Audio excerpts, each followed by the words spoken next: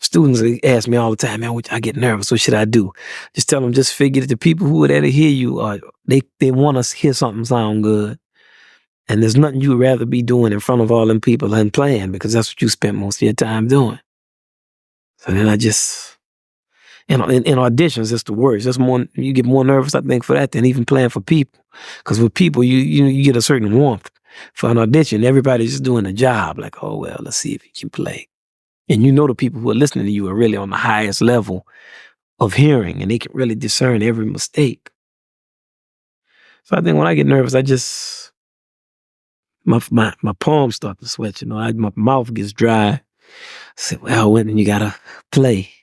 So I just hope it comes out. Sometimes it does, sometimes it doesn't. I'm just grateful to be playing another night. And then I'm trying to play something that will make people feel good and make them want to like jazz music. No, but really, I'm truly grateful. I mean, we used to say a prayer. We stopped doing it in the band every night before we would go on, and just say, help us to concentrate, and just something for us to get together, our minds together, and concentrate and go out and play, and not take it for granted. Just to feel fortunate to have the opportunity to play for people, come out, they clean, with their wives and their girlfriends, or girlfriends with their boyfriends, and little kids are here and their grandma, it's a night out and they want to have a good time, and you want to play good. So that the power of the music can be, you don't have to do too much other stuff, just play and sound good enough for people to say, yeah, we enjoyed that, they have a good time.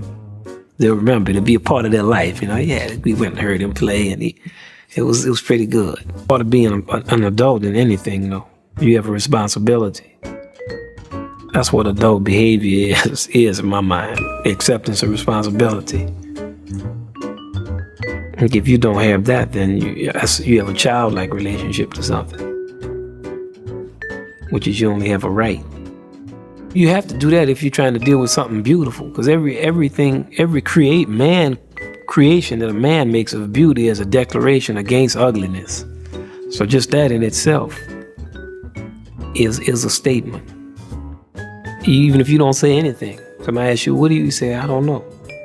But if you're creating something beautiful, like Monk, he didn't talk that much, but you knew what he was thinking about. It was very clear. Or somebody like Duke Ellington was real gracious. He would just say, oh, yes, well, whatever. Yes, Dave. But his music, that lets you know what he thought about. One mistake that people commonly make is that when there are current events going on, they often compare it to something from the past. It's almost like an opposite version of back in my day, except, oh yeah, this is the same as how it used to be. For example, the first thought is, oh yeah, this was like stuff that I was hearing when I was growing up. While some of that's true, there's still some slight differences. Like, I'd give some examples of things like that when I was a kid. For example, I remember a kid was talking about Slick Rick and his profane lyrics, but you didn't have a whole lot of kids rapping his lyrics in school. And I also remember when the rap group 2 Live Crew came up with the song Me So Horny. I heard it on the radio, and it was, like 10 at night. It was like real late, And I thought, well, okay, that's a stupid song, and I moved on. But then all of a sudden, they started to make news headlines, and that's when I think, yeah, rap might be in trouble, because this kind of stuff is getting publicity. But here's the point that I want to make, is that I don't recall 2 Live Crew and their shows with the half-naked women simulating sex acts and doing, which is now known as twerking.